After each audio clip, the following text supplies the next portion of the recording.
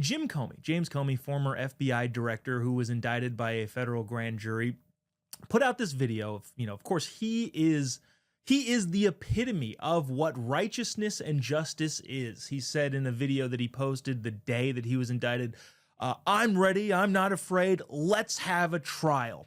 Well, since then, him and his team have been doing everything they can to get out of having a trial by filing a bunch of different motions and making it so that it's super difficult to ever actually go to trial. And I think he's probably trying to push this until after Trump is out of the White House or, he's died of old age. And I think that's his strategy. But one of the interesting parts about that strategy is this. Comey seeks to have indictment tossed. This is from CBS News.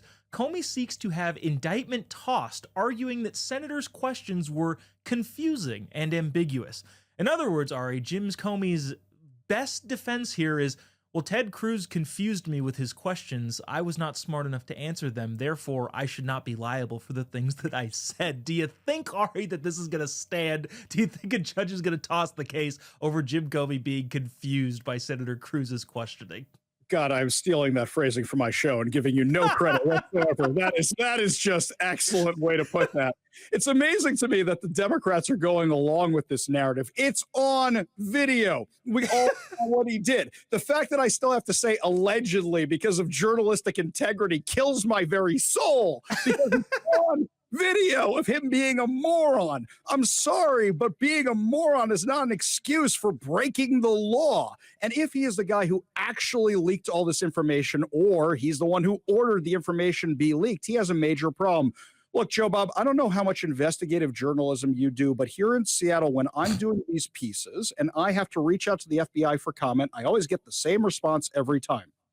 The FBI does not comment on ongoing investigations. And the reason they say that is because the second somebody is said to be the subject of an investigation, we all assume that they are guilty.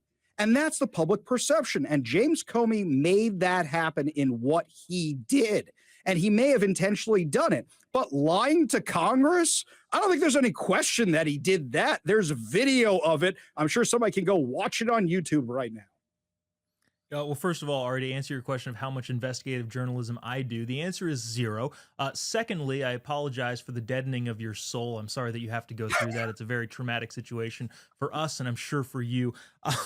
Lastly, I wonder if that sort of defense would have worked for President Trump. Did he accidentally spend a ton of money and a ton of time and a ton of his life fighting these cases when he could have just said, I'm sorry, I'm no too smart, I dumb, please throw away the case?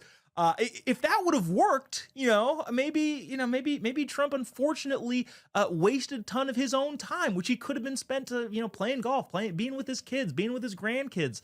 I don't know. I have to believe that this is not going to work, and I hope that it's not going to work. But never underestimate the stupidity of people in the position of ruling on whether or not stupidity is the actual reason for what it is that they're doing. That was convoluted, maybe stupid in and of itself. But Ari Hoffman, thank you so much. Your commentary is always well appreciated. Appreciate you taking the time. Always a pleasure to be here, buddy. Thank you.